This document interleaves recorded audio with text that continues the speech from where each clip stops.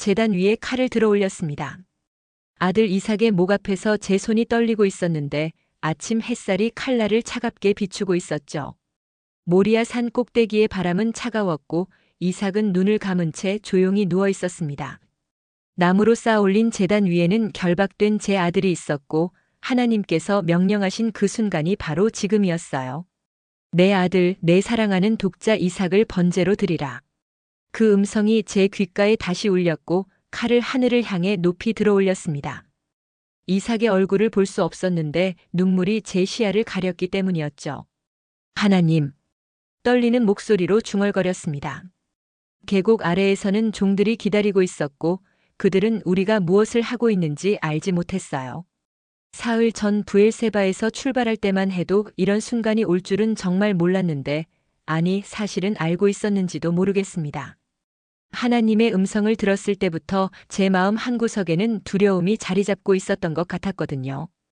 칼날이 햇빛을 반사했고 제 손에서 땀이 흘러내렸습니다. 이삭은 여전히 조용했는데 그 아이는 저를 믿고 있었던 것 같았어요. 아버지를 믿고 아버지의 하나님을 믿고 있었던 거죠. 100년을 기다려 얻은 이 아들을, 약속의 아들을 정말 죽여야 하는 걸까요? 손에 든 칼이 너무 무거웠고 가슴이 찢어지는 것만 같았습니다. 하지만 하나님께서 명령하셨던 거예요. 순종해야 했습니다.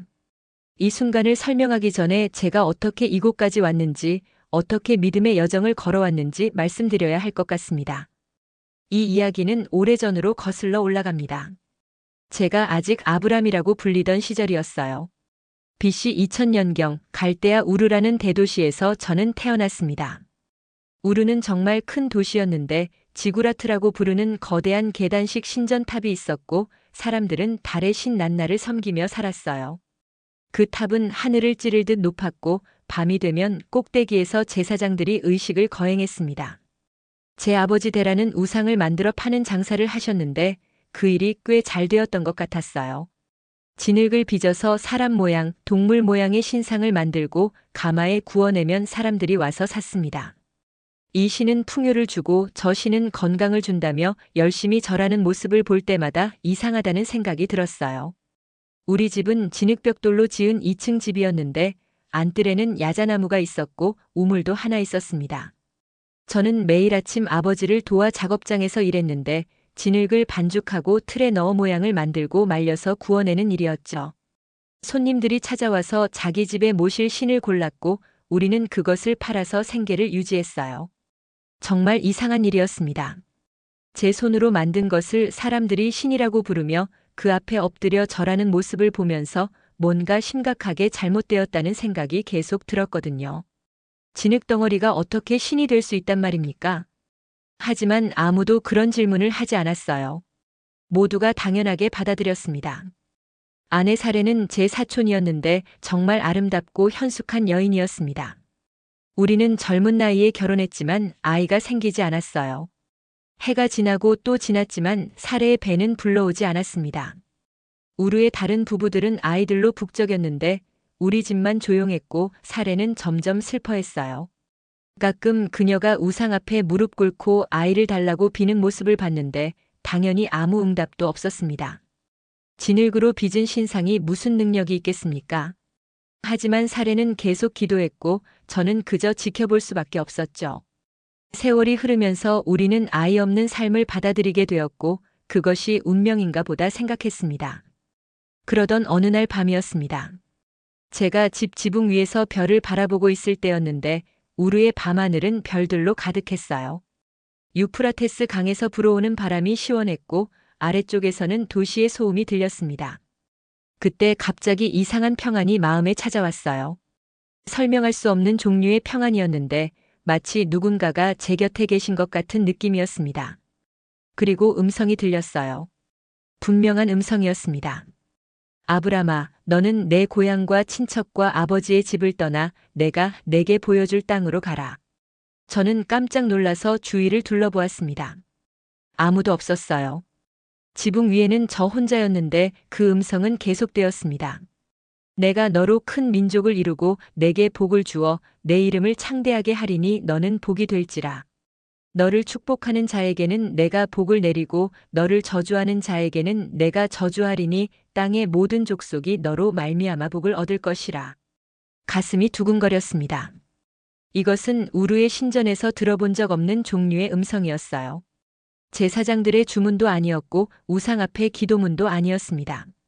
살아계신 하나님의 음성이었던 것 같았어요. 그분은 진짜였습니다. 진흙으로 만든 가짜 신들과는 완전히 달랐죠. 급히 지붕에서 내려와 사례를 깨웠습니다. 여보, 여보. 그녀가 놀라서 일어났어요.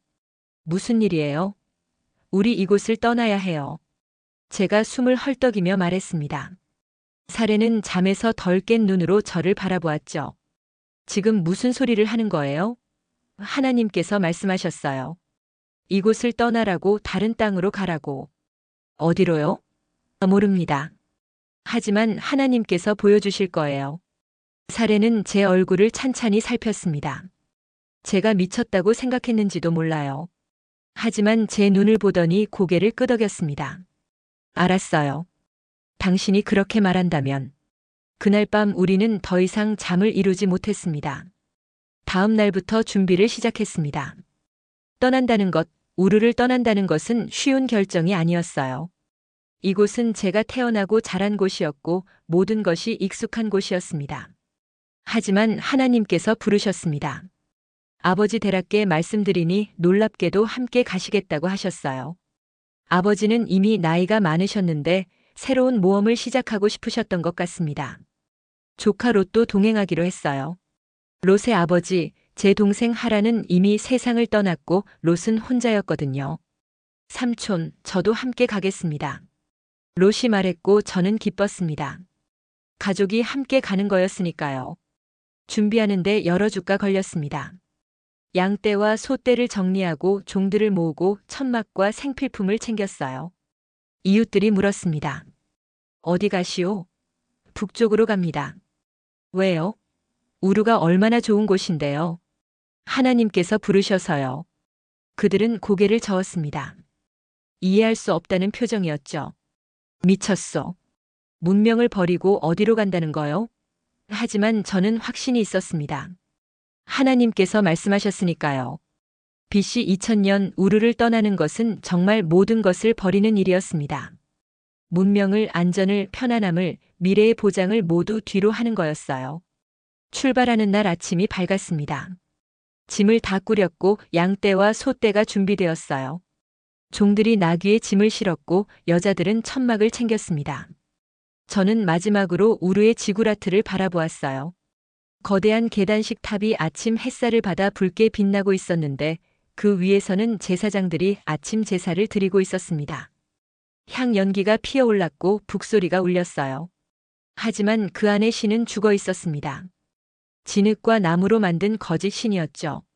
제 마음속에는 살아계신 하나님의 음성이 있었고 그것이면 충분했습니다.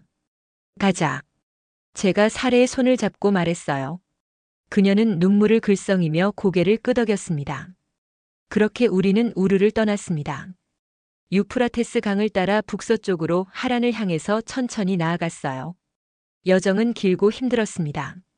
낮에는 사막의 더위가 견디기 힘들었고 밤에는 추위가 뼛속까지 파고들었어요.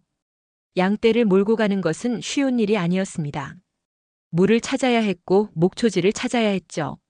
종들은 불평했고 가축들은 지쳐갔습니다. 사례는 힘들어하면서도 한마디 불평도 하지 않았어요. 롯은 젊었기에 잘 버텼고 아버지는 나귀를 타고 가셨습니다. 몇 달간의 여행 끝에 하란에 도착했을 때 우리는 완전히 지쳐 있었어요. 하란은 우루만큼 크지는 않았지만 괜찮은 도시였습니다. 물이 풍부했고 목초지가 좋았어요. 교역도 활발했고 사람들도 친절했습니다. 아버지 데라는 이곳을 마음에 들어 하셨습니다. 여기서 좀 쉬자꾸나. 우리 모두 지쳤다. 그렇게 우리는 하란에 정착했어요. 천막을 치고 양떼를 풀었습니다. 시간이 흐르면서 우리는 하란에 적응했고 양떼는 점점 늘어났어요. 재산도 불어났습니다. 하지만 가끔 제 마음에 불안이 밀려왔어요. 하나님께서 보여주시겠다던 그 땅은 아직 보지 못했거든요. 여기가 그 땅인가? 아니면 더 가야 하는가? 혼란스러웠습니다. 하라는 편안했어요. 정착해서 살기 좋은 곳이었습니다. 하지만 뭔가 부족한 느낌이 들었어요. 이곳이 최종 목적지가 아니라는 걸 마음 깊은 곳에서 알고 있었던 것 같습니다. 그렇게 여러 해가 흘렀습니다. 하란에서의 삶은 평온했어요. 아침마다 양떼를 보살피고 장터에 나가 물건을 사고 팔고 이웃들과 어울려 지냈습니다. 사례는 여전히 아이가 없었지만 이제는 체념한 것 같았어요. 이미 늙었어요. 아이는 포기했습니다. 그녀가 가끔 말했죠. 제 나이도 70을 넘어가고 있었습니다. 그러던 중 아버지께서 돌아가셨어요. 205세의 나이로 평안히 눈을 감으셨습니다. 우리는 하란 땅에 아버지를 묻었는데 장례를 치르면서 많은 생각이 들었어요. 아버지는 우르를 떠나 하란까지 오셨지만 약속의 땅은 보지 못하셨습니다. 그것이 슬펐어요. 장례를 치르고 며칠 후였습니다. 다시 그 음성이 들렸어요. 오랜만이었습니다. 아브라마, 이제 떠날 때가 되었다. 심장이 뛰기 시작했습니다. 하란은 내가 머물 곳이 아니다. 일어나 내가 보여줄 땅으로 가라. 제 나이 75이었어요. 보통 사람들은 그 나이면 여생을 편히 보낼 준비를 하는데 저는 다시 떠나야 했습니다. 사례에게 말했어요. 여보, 다시 떠나야 해요. 그녀는 잠시 저를 바라보더니 한숨을 쉬었습니다. 또요? 예, 하나님께서 부르십니다. 사례는 천막 안을 둘러보았어요. 여기서의 삶이 편안했거든요. 하지만 그녀는 고개를 끄덕였습니다. 알았어요. 당신을 따르겠어요. 우리는 함께 이 길을 걷기로 작정했던 거예요. 하란을 떠나 남쪽으로 향했습니다. 가나안 땅을 향해서요. 이번에는 아버지가 안 계셨지만 롯과 롯의 가족들, 그리고 많은 종들이 함께 했습니다. 하란에서 번 재산도 함께 가져갔어요. 양과 소가 많았고 은과 금도 상당했습니다. 여정은 역시 힘들었는데 사막을 지나고 산을 넘고 계곡을 건넜어요. 종들은 불평했고 가축들은 지쳐갔습니다. 롯은 가끔 의아한 눈빛으로 저를 바라보았죠. 삼촌은 정확히 어디로 가시는 거지? 하는 표정이었어요. 솔직히 저도 정확히 알지 못했습니다. 다만 남쪽으로 계속 남쪽으로 가야 한다는 확신만 있었죠. 몇 주간의 여행 끝에 가나안 땅에 들어섰습니다. 세겜이라는 곳에 도착했는데 모래 상수리 나무가 우뚝 서 있는 곳이었어요. 나무 그늘이 시원했고 근처에 샘물이 있었습니다. 그곳에서 천막을 쳤는데 그날 밤 하나님께서 다시 나타나셨습니다. 내가 이 땅을 내 자손에게 주리라. 제 심장이 쿵쿵 뛰었어요. 자손이라니. 저에게는 아직 아이가 하나도 없었거든요. 사례는 이미 65이었고 아이 낳기에는 너무 늙었습니다. 하지만 하나님께서는 자손을 약속하셨어요. 이 땅을 제 자손에게 주시겠다고 말씀하셨습니다. 저는 그곳에 제단을 쌓았습니다. 돌을 모아서 하나하나 쌓아 올렸는데 땀이 흘러내렸지만 기쁨이 넘쳤어요. 번제를 드렸습니다. 어린 양을 잡아서 제단 위에 올렸어요. 불이 타올랐고 연기가 하늘로 올라갔습니다. 향기로운 냄새가 사방에 퍼졌고 하늘은 맑고 푸르렀어요. 하나님 감사합니다. 제가 무릎 꿇고 기도했습니다. 이 땅으로 인도해 주셔서 감사합니다. 약속해 주셔서 감사합니다. 눈물이 흘렀어요. 감격의 눈물이었습니다. 오랜 여정 끝에 드디어 약속의 땅에 도착한 거였으니까요. 비록 이 땅의 주인은 아직 가나안 사람들이었지만 하나님께서 언젠가 제 자손에게 주시겠다고 약속하셨습니다. 그것이면 충분했어요. 세겜에서 베델과 아이 사이로 이동했습니다. 그곳에서도 제단을 쌓았어요. 여호와의 이름을 불렀고 예배를 드렸습니다. 천막을 치고 살았는데 한 곳에 정착하지 않고 유랑하는 삶이었죠. 가나안 사람들은 우리를 이상하게 바라보았습니다. 저 사람들은 누구지? 어디서 왔대? 무슨 신을 섬기는 거야? 우리는 이방인이었어요. 이 땅의 주인이 아니었습니다. 하지만 하나님께서는 이 땅을 제 자손에게 주시겠다고 약속하셨죠. 믿기 어려운 약속이었습니다. 어떻게 아이도 없는 늙은이의 자손이 이 넓은 땅을 차지할 수 있단 말입니까? 하지만 저는 믿었어요. 하나님의 음성을 들었고 그분의 약속을 붙잡았거든요. 그러던 중 기근이 왔습니다. 가나안 땅에 심한 흉년이 들었는데 비가 오지 않아서 풀이 말라 죽기 시작했어요. 우물도 점점 마르고 양들이 비쩍 말랐습니다. 종들의 얼굴에는 근심이 가득했고 사례는 걱정스러운 눈으로 저를 바라보았어요. 어떻게 할 거예요? 저는 결정을 내려야 했습니다. 이곳에 남으면 모두 굶어 죽을 것 같았거든요. 애굽으로 내려가자. 제가 말했습니다. 애굽에는 나일강이 있었어요. 기근에도 물이 풍부했고 곡식이 있었습니다. 우리는 남쪽으로 애굽을 향해 떠났어요. 여행하면서 걱정이 생겼습니다. 사례가 너무 아름다웠거든요. 65의 나이에도 그녀의 미모는 여전히 빛났어요. 피부는 부드러웠고 눈은 반짝였습니다. 애굽 사람들이 그녀를 보면 어떻게 할까? 두려움이 밀려왔습니다. 나를 죽이고 그녀를 빼앗지 않을까? 밤에 잠을 이루지 못했어요. 고민 끝에 사례에게 말했습니다. 여보, 부탁이 있어요. 뭔데요? 당신을 제 누이라고 말해주세요. 사례는 저를 오래 바라보았습니다. 실망한 표정이었어요. 왜요? 당신 때문에 제가 죽을까 두렵습니다. 제가 솔직하게 말했죠. 그녀는 한숨을 쉬었습니다. 당신은 하나님을 믿는다고 하지 않았나요? 믿습니다. 하지만 두렵습니다. 부끄러운 고백이었어요. 사례는 실망했지만 결국 동의했습니다. 알았어요. 당신을 위해 그렇게 하겠어요. 애굽에 들어갔습니다. 과연 사례의 아름다움이 소문났고 바로의 신하들이 그녀를 보고 놀랐어요. 이 여인이 누구요? 제 누이입니다. 제가 거짓말을 했습니다. 신하들이 바로에게 보고했고 곧 사례를 궁전으로 데려갔어요. 바로가 사례를 아내로 삼으려 했던 겁니다. 저는 그 대가로 양과 소와 나귀와 종들을 받았죠. 재산은 크게 늘었지만 마음은 괴로웠습니다. 밤마다 잠을 이루지 못했어요.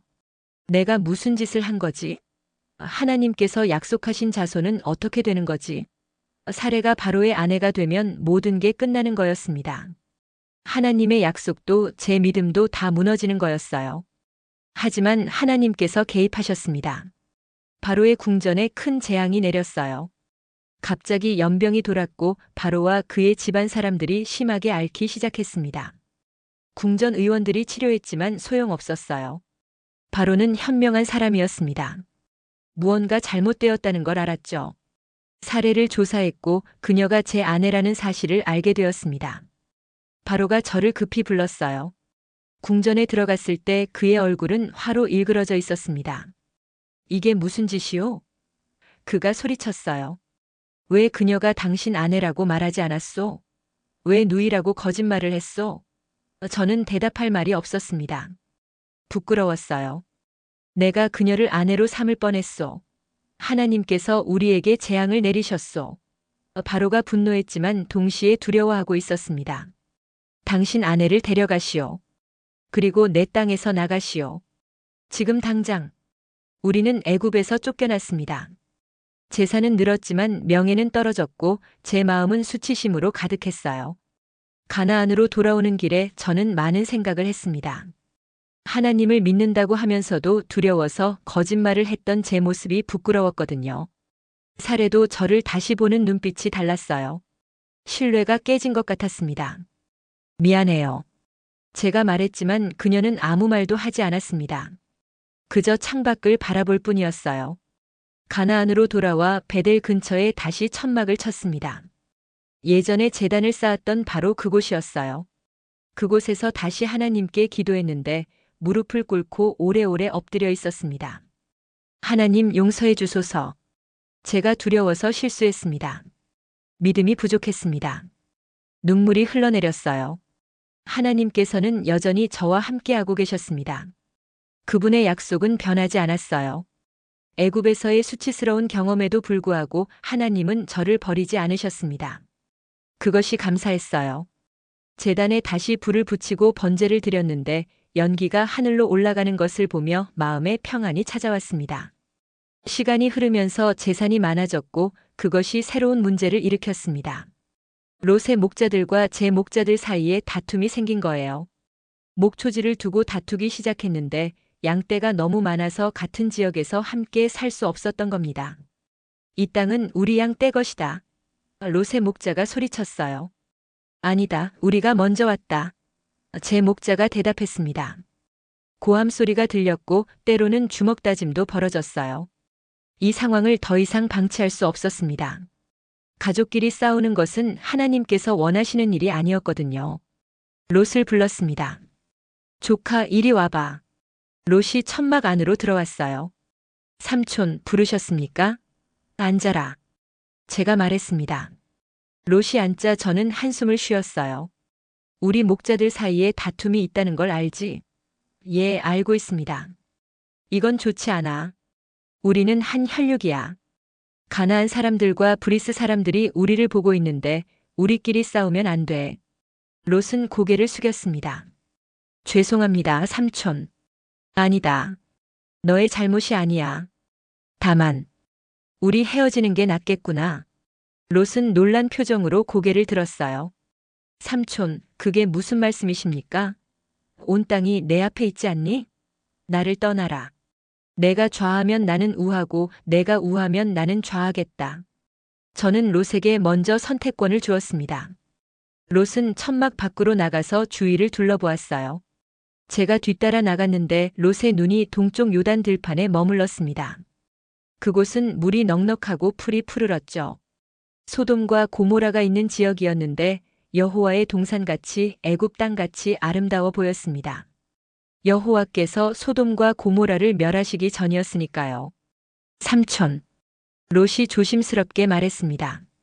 저는 요단온 들판을 택하겠습니다. 좋다. 제가 고개를 끄덕였어요.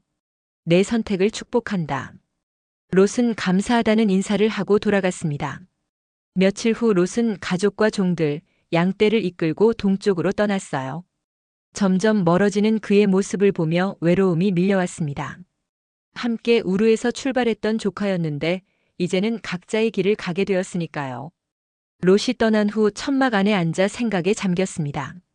나는 무엇을 위해 이곳에 있는가? 자손도 없고 이제 가족도 흩어졌는데 과연 하나님의 약속이 이루어질까 하는 의심이 살짝 들었어요. 그때 하나님께서 다시 말씀하셨습니다.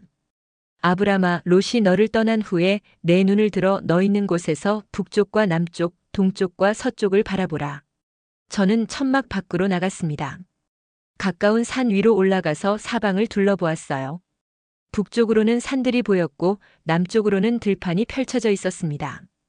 동쪽으로는 롯이 간 요단 지역이 보였고 서쪽으로는 대해가 멀리 보였어요. 넓은 땅이 사방으로 펼쳐져 있었습니다. 보이는 땅을 내가 너와 내 자손에게 주리니 영원히 이르리라.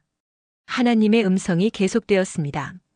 내가 내 자손이 땅의 티끌같이 되게 하리니 사람이 땅의 티끌을 능히 셀 수 있을진데 내 자손도 세리라. 가슴이 벅차올랐어요. 티끌같이 많은 자손이라니. 저에게는 아직 아이가 하나도 없었는데 말입니다. 하지만 하나님께서 약속하셨습니다. 그분의 약속은 확실했어요. 일어나 그 땅을 종과 횡으로 두루 다니라. 내가 그것을 내게 주리라. 하나님께서 명령하셨습니다. 저는 순종했어요. 그날부터 가나안 땅을 두루 다니기 시작했고 결국 헤브론으로 이사했습니다. 마므레의 상수리나무 곁에 천막을 쳤는데 그곳은 아름다운 곳이었어요. 거기서 하나님께 제단을 쌓았습니다. 돌을 모으고 쌓고 번제를 드렸어요. 연기가 하늘로 올라갔고 제 마음에는 다시 평안이 찾아왔습니다. 세월이 흘렀습니다. 어느덧 제 나이 85세가 되었는데 여전히 아이는 없었어요. 사례는 75이 되어 있었습니다. 인간적으로 생각하면 아이를 가질 수 없는 나이였죠.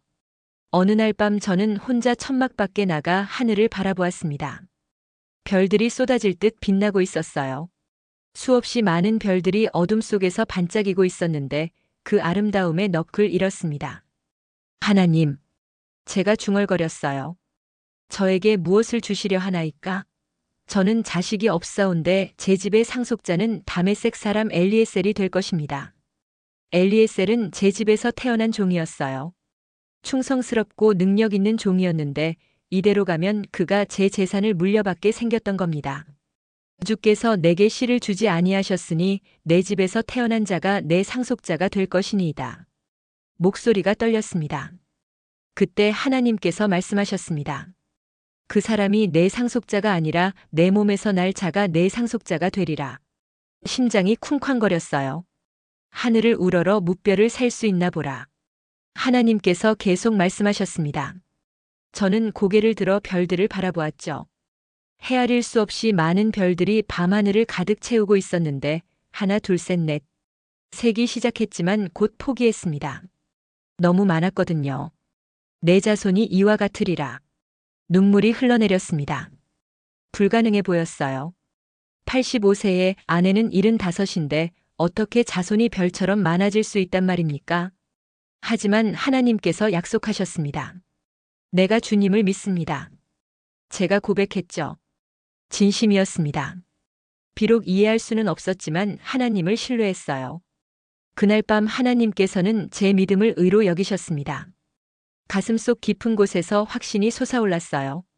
하나님은 약속을 지키시는 분이라는 확신, 그분은 거짓말하지 않으신다는 확신이었습니다. 하지만 세월이 계속 흘러도 아이는 생기지 않았습니다. 사례는 점점 조급해졌어요. 날이 갈수록 아이를 가질 가능성은 희박해 보였거든요. 사례의 얼굴에는 실망과 절망이 가득했고 가끔 홀로 울고 있는 모습을 보았습니다. 저도 마음이 아팠지만 어쩔 수 없었어요. 기다리는 것 외에는 할 수 있는 게 없었습니다. 어느 날 사례가 제게 말했어요. 그녀의 얼굴은 단호했습니다.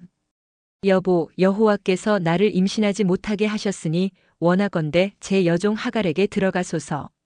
하갈은 애굽 여종이었습니다.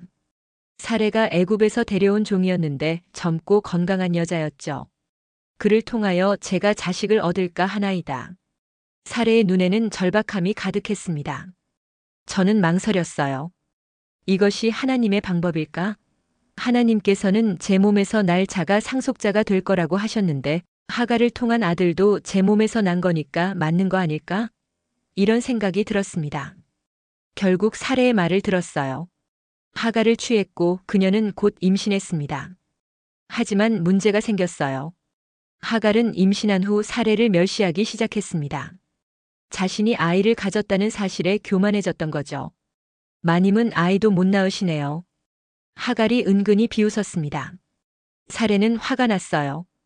당연한 일이었죠. 여보, 내 받는 모욕은 당신 탓이오. 사례가 저를 비난했습니다.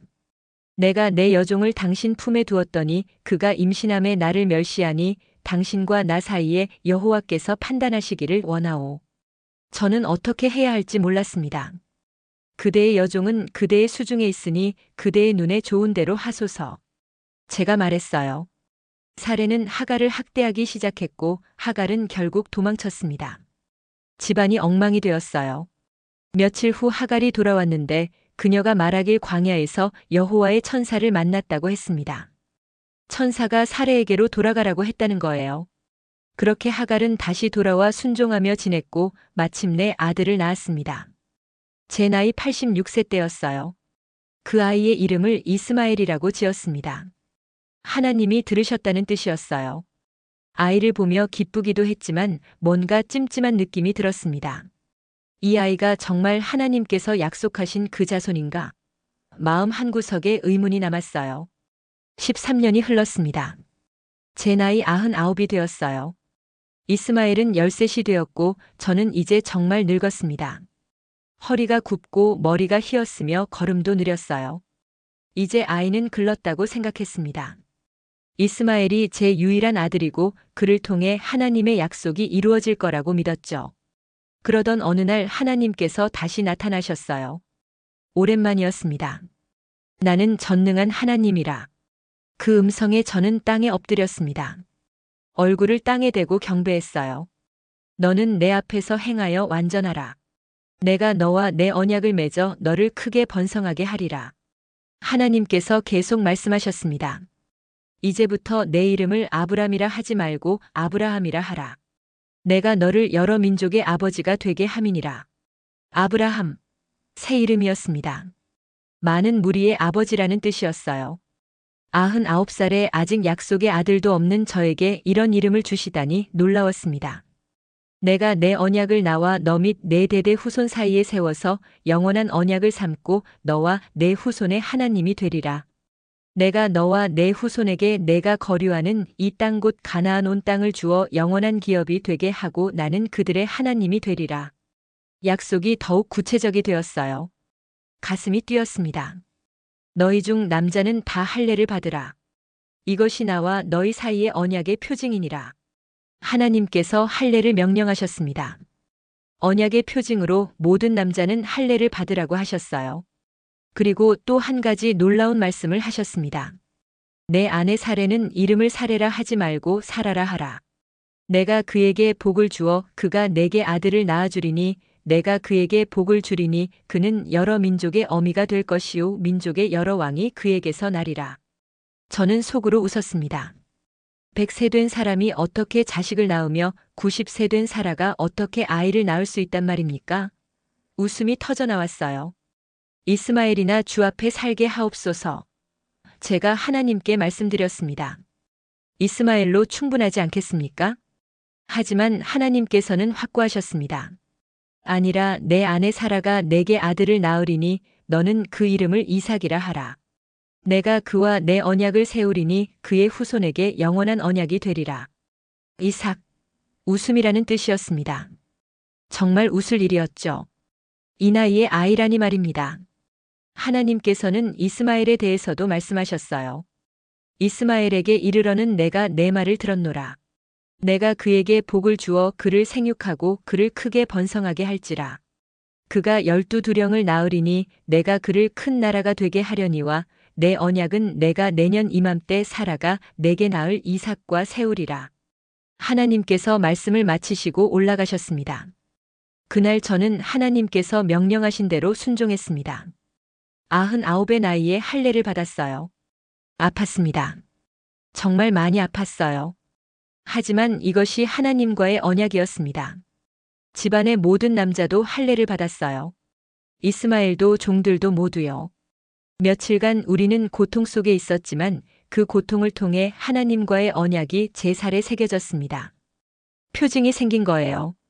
몸을 움직일 때마다 아팠지만 그 아픔이 오히려 좋았습니다. 하나님과 맺은 언약을 계속 기억하게 되었거든요. 얼마 후 이상한 일이 일어났습니다. 아직 할례의 아픔이 가시지 않았을 때였어요. 어느 더운 날 낮이었는데 저는 마물의 상수리나무 곁 천막문에 앉아 있었습니다. 해가 정말 뜨거웠고 모든 것이 고요했어요. 더위 때문에 사람들도 천막 안에서 쉬고 있었습니다. 그때 고개를 들어보니 세 사람이 서 있었어요. 어디서 나타났는지 모르게 갑자기 거기 계셨습니다. 저는 급히 일어나 달려갔어요. 몸이 아팠지만 뛰어갔습니다. 그들 앞에 땅에 엎드렸죠. 주여, 만일 내가 주께 은혜를 얻었으면 원하건대 종을 떠나 지나가지 마시고. 그들을 모셔와야 한다는 강한 느낌이 들었어요. 물을 조금 가져오게 하사 당신들의 발을 씻으시고 나무 아래서 쉬소서. 내가 떡을 조금 가져오리니 당신들의 마음을 상쾌하게 하신 후에 지나가소서. 당신들이 종에게 오셨음이니이다. 제가 간청했습니다. 그들이 말씀하셨어요. 내가 말한 대로 그리하라. 저는 급히 천막으로 달려가 사라에게 말했습니다. 여보, 빨리 고운 가루 3쌀을 가져다 반죽하여 떡을 만드시오. 그리고 뛰어가서 송아지 한 마리를 잡았어요. 연하고 좋은 것으로요. 종에게 주어 급히 요리하겠습니다. 버터와 우유와 요리한 송아지를 가져다가 그들 앞에 차렸고 나무 아래서 그들 곁에 서 있었습니다. 그들은 음식을 드셨어요. 내 아내 사라가 어디 있느냐? 그들이 물었습니다. 장막 안에 있나이다. 제가 대답했죠. 그때 그분이 말씀하셨어요. 내년 이맘때 내가 반드시 내게로 돌아오리니 내 아내 사라에게 아들이 있으리라. 사라는 그 사람 뒤 천막 문 뒤에서 듣고 있었습니다. 아브라함과 사라는 나이가 많아 늙었고 사라에게는 여성의 생리가 끊어진 지 오래였어요. 그녀는 속으로 웃었습니다. 내가 늙었고 내 주인도 늙었으니 내게 무슨 즐거움이 있으리요? 하지만 여호와께서 아브라함에게 말씀하셨습니다. 사라가 왜 웃으며 이르기를 내가 늙었거늘 어떻게 아들을 낳으리요 하느냐? 여호와께 능하지 못한 일이 있겠느냐? 기한이 이를 때에 내가 내게로 돌아오리니 사라에게 아들이 있으리라. 사라는 두려워서 부인했어요. 천막 밖으로 나오며 말했습니다. 내가 웃지 아니하였나이다. 하지만 그분은 말씀하셨습니다. 아니라 내가 웃었느니라. 제 가슴이 뛰었습니다. 이분들은 보통 사람이 아니었어요. 그중 한 분은 여호와 하나님이셨습니다. 세 사람이 일어나 소돔 쪽을 향해 가셨고 저는 그들을 전송하러 함께 걸었어요. 여호와께서 말씀하셨습니다. 내가 하려는 것을 아브라함에게 숨기겠느냐? 소돔과 고모라에 대한 부르짖음이 크고 그 죄악이 심히 무거우니 내가 이제 내려가서 그 모든 행한 것이 과연 내게 들린 부르짖음과 같은지 보고 알려하노라. 제 마음에 롯이 떠올랐습니다. 조카가 소돔에 살고 있었거든요. 두 사람은 소돔을 향해 가셨고 아브라함은 여호와 앞에 그대로 서 있었어요. 아브라함이 가까이 가서 말씀드렸습니다. 주께서 의인을 악인과 함께 멸하려 하시나이까? 제가 물었어요. 그 성 중에 의인 50명이 있을지라도 주께서 그곳을 멸하시고 그 50의인을 위하여 용서하지 아니하시리이까? 주께서 이같이 하사 의인을 악인과 함께 죽이심은 부당하오며 의인과 악인을 같이 하심도 부당하니이다. 세상을 심판하시는 이가 정의를 행하실 것이 아니니까? 담대하게 여쭤봤습니다. 여호와께서 말씀하셨어요. 내가 만일 소돔 성 중에서 의인 50명을 찾으면 그들을 위하여 온 지역을 용서하리라. 저는 계속 간구했습니다. 티끌과 같은 나라도 주께 아뢰나이다. 50명 중에 5명이 부족하면 그 5명이 부족함으로 말미암아 온 성읍을 멸하시리이까? 내가 거기서 45명을 찾으면 멸하지 아니하리라. 하나님께서 대답하셨습니다. 저는 계속 간구했어요. 40명, 30명, 20명, 마침내 10명까지 물었습니다. 주는 노하지 마옵소서. 내가 이번만 더 아뢰리이다. 거기서 10명을 찾으시면 어찌하시리이까? 내가 10명으로 말미암아 멸하지 아니하리라. 하나님께서 약속하셨습니다. 여호와께서 아브라함과 말씀을 마치시고 떠나시고 아브라함도 자기 곳으로 돌아갔습니다. 하지만 제 마음은 무거웠어요. 소돔에 의인 10명이 있을까? 그날 밤 소돔과 고모라에 유황불이 내렸습니다. 여호와께서 하늘에서 유황과 불을 비처럼 내리셨어요. 연기가 치솟았고 두 성읍이 완전히 멸망했습니다. 그 땅의 모든 거민과 땅에 난 것을 다 엎으셨어요. 하지만 롯과 그의 두 딸은 구원받았습니다. 천사들이 그들의 손을 잡고 이끌어내었거든요. 아침에 일어나 소돔 쪽을 바라보니 온 땅에서 연기가 올라오는 것이 보였습니다. 용광로 연기같이 치솟고 있었죠. 마음이 아팠습니다. 많은 사람이 죽었어요. 하지만 하나님의 심판은 의로웠고 롯이 구원받은 것에 감사했습니다. 세월이 흘러 약속의 때가 왔습니다. 하나님께서 말씀하신 대로 정하신 때에 사라가 임신했어요. 90살의 나이에 말입니다. 처음에는 믿을 수 없었는데 사라의 배가 점점 불러오는 것을 보며 놀라움을 금치 못했습니다. 정말 하나님의 말씀이 이루어지는 거였어요. 사라도 놀라워했습니다. 이게 정말 일어나고 있는 건가요? 그녀가 자기 배를 만지며 말했어요. 하나님께서 약속하신 대로예요. 제가 대답했습니다. 눈물이 났어요. 100년을 기다린 약속이 이제 이루어지고 있었으니까요. 마침내 아들을 낳았습니다. 제 나이 100세, 사라의 나이 90세의 말이죠. 그 아기의 울음소리를 들었을 때 제 마음은 터질 것 같았어요. 작고 연약한 아기가 사라의 품에 안겨 있었는데 그 아이가 바로 하나님께서 약속하신 아들이었습니다. 그 아이를 이삭이라고 이름 지었어요. 하나님께서 명령하신 대로요. 웃음이라는 이름이 딱 맞았습니다. 사라가 말했어요. 하나님이 나를 웃게 하시니 듣는 자가 다 나와 함께 웃으리로다. 누가 아브라함에게 사라가 자식들을 젖 먹이리라 말할 수 있었으리요. 그러나 내가 그의 노년에 아들을 낳았도다. 정말 기쁨의 웃음이었습니다. 100세의 아버지가 된다는 것 기적이었어요. 이삭이 자랐습니다. 건강하고 귀여운 아이였어요. 젖을 뗄 때 큰 잔치를 열었는데 양을 잡고 떡을 굽고 포도주를 준비했습니다. 사람들이 모여들어 함께 기뻐했어요. 하나님께서 아브라함에게 아들을 주셨구나. 100세의 아들이라니. 모두가 놀라워했습니다. 하지만 그날 문제가 생겼어요. 사라가 하갈의 아들 이스마엘이 이삭을 놀리는 것을 보았거든요. 사라는 화가 났습니다. 저 여종과 그 아들을 내쫓으소서. 그 여종의 아들이 내 아들 이삭과 함께 유업을 받지 못하리이다. 제 마음이 아팠어요. 이스마엘도 제 아들이었으니까요. 14살짜리 아들을 어떻게 내쫓을 수 있단 말입니까? 밤새 고민했습니다. 하지만 하나님께서 말씀하셨어요. 그 아이와 내 여종으로 말미암아 상심하지 말라. 사라가 내게 이른 말을 다 들으라. 이삭에게서 나는 자라야 내 씨라 부를 것임이니라. 그러나 여종의 아들도 내 씨니 내가 그로 한 민족을 이루게 하리라. 아침 일찍 일어나 떡과 물 한 가죽 부대를 하갈에게 주었습니다. 그것을 그녀의 어깨에 메워주고 그 아이와 함께 보냈어요. 하갈이 브엘세바 광야로 떠나는 것을 보며 눈물이 흘렀습니다. 이스마엘이 뒤돌아보며 저를 바라보았는데 그 눈에도 눈물이 있었어요. 아버지. 그 아이가 작게 불렀지만 저는 아무 대답도 할 수 없었습니다. 하지만 하나님께서 그들을 지키실 거라는 믿음이 있었어요. 이삭은 자라났습니다. 총명하고 순한 아이였어요. 저는 그 아이를 너무나 사랑했습니다. 100년을 기다려 얻은 아들이었고 하나님께서 약속하신 아들이었으니까요. 아침마다 이삭과 함께 산책했는데 양떼를 보러 나갔고 이삭은 어린 양들과 뛰놀았습니다. 아버지, 저 별들은 왜 저렇게 많아요? 이삭이 밤하늘을 보며 물었어요. 하나님께서 내 자손이 저 별들처럼 많아질 거라고 약속하셨단다. 제가 대답했습니다. 정말요? 저한테 그렇게 많은 자손이 생겨요? 이삭의 눈이 반짝였어요. 그렇단다. 하나님의 약속은 반드시 이루어지니까. 제가 이삭의 머리를 쓰다듬었습니다. 그 아이는 제 기쁨이었고 제 희망이었어요. 세월이 흘러 이삭은 청년이 되었습니다. 건강하고 믿음이 깊은 청년으로 자랐어요. 그때쯤 되었을까요? 하나님께서 저를 시험하셨습니다. 아브라함아. 음성이 들렸어요. 내가 여기 있나이다. 제가 대답했습니다.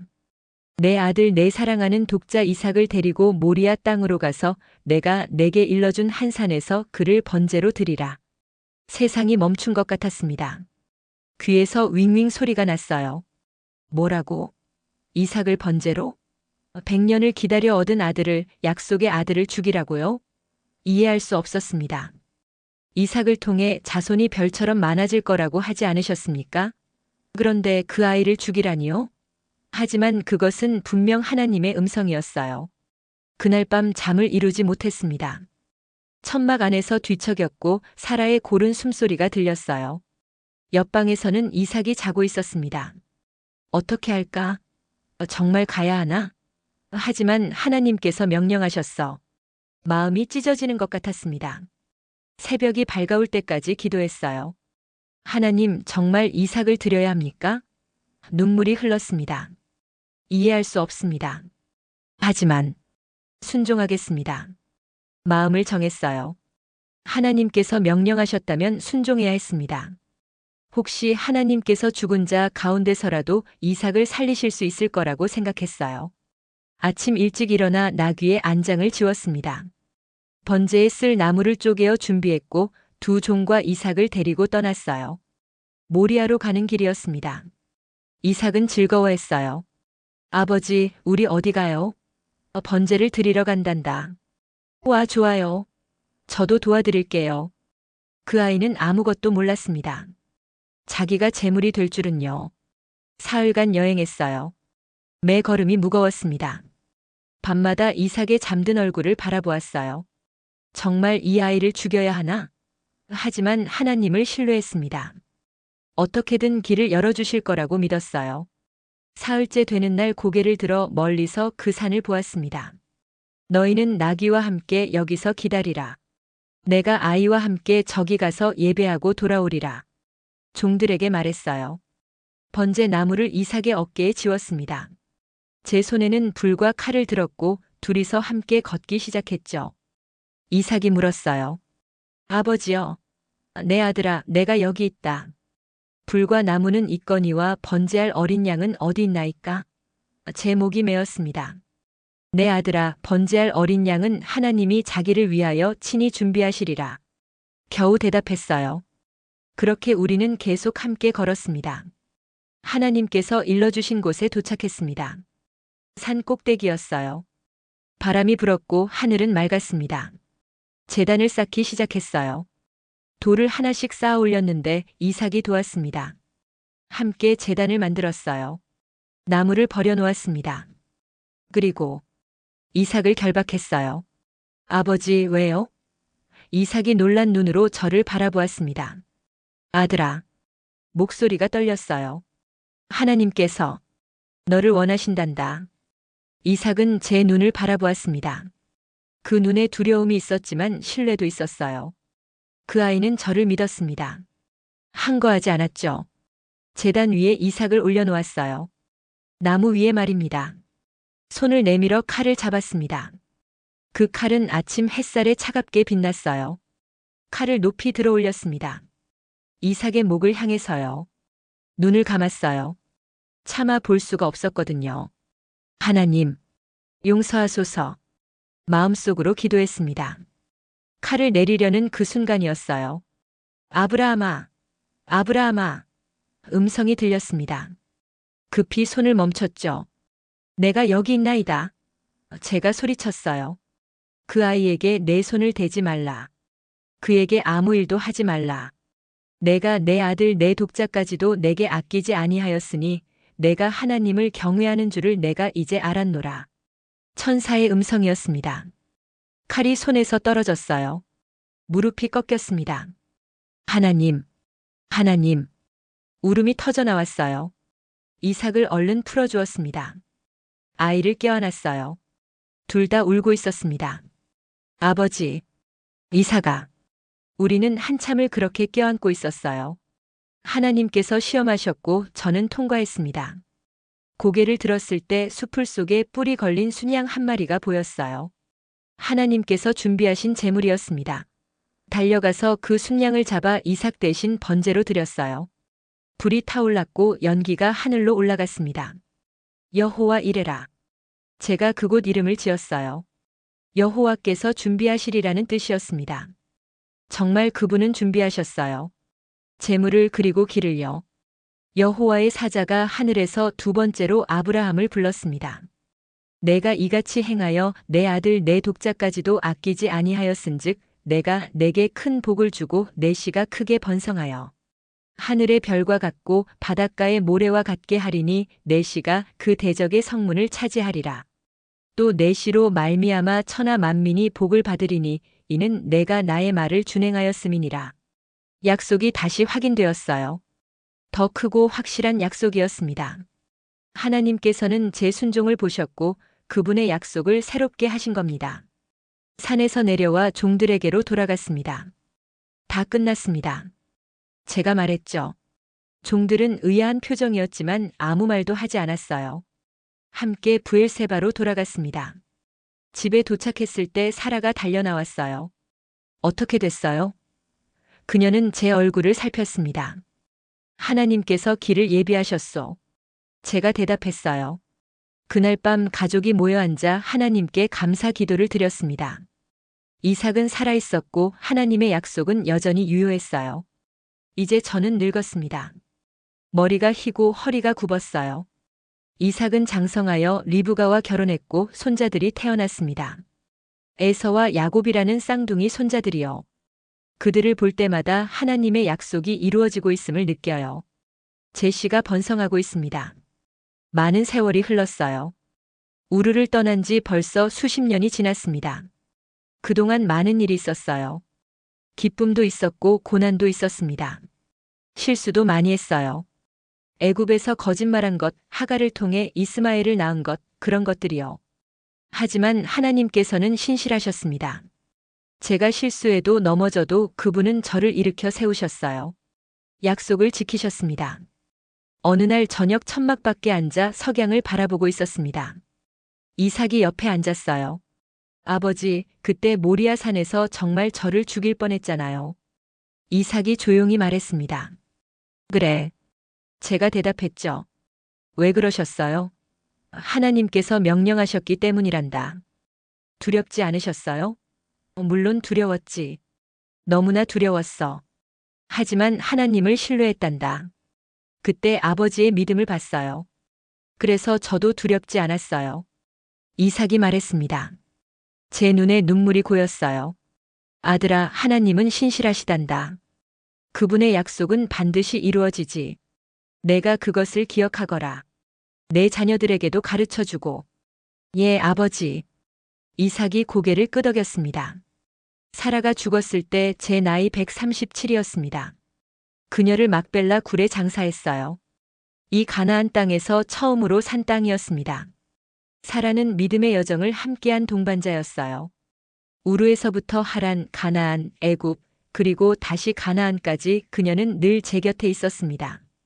때로는 의심했고 때로는 조급해했지만 결국은 하나님의 약속을 믿었죠. 그녀를 묻으며 감사했습니다. 함께한 세월에 대해서요. 이제 제 시간도 얼마 남지 않은 것 같습니다. 몸이 약해지고 있어요. 하지만 마음은 평안합니다. 하나님께서 약속하신 것을 보았으니까요. 이삭이 있고 손자들이 있고 이 씨가 계속 이어질 것입니다. 언젠가는 정말로 하늘의 별처럼 바닷가의 모래처럼 많은 자손이 생기겠죠. 그들을 통해 천하 만민이 복을 받을 것입니다. 하나님께서 약속하셨으니까요. 젊은이들에게 말해주고 싶습니다. 하나님을 믿으십시오. 그분의 약속을 붙잡으세요. 때로는 불가능해 보일 겁니다. 100세의 아이를 낳는 것처럼요. 때로는 이해할 수 없을 거예요. 사랑하는 아들을 제물로 드리라는 명령처럼요. 하지만 순종하십시오. 하나님은 신실하시고 그분의 약속은 반드시 이루어집니다. 제가 그것을 경험했으니까요.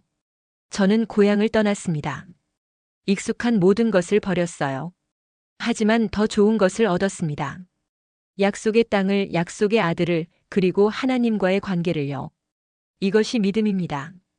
보이지 않는 것을 믿고 약속을 붙잡고 순종으로 나아가는 것이죠. 제 이름 아브라함, 많은 무리의 아버지가 정말로 이루어질 것입니다. 하나님께서 약속하셨으니까요. 해가 지고 있습니다. 붉은 석양이 아름답군요. 이삭이 손을 잡아줍니다. 아버지, 들어가시죠.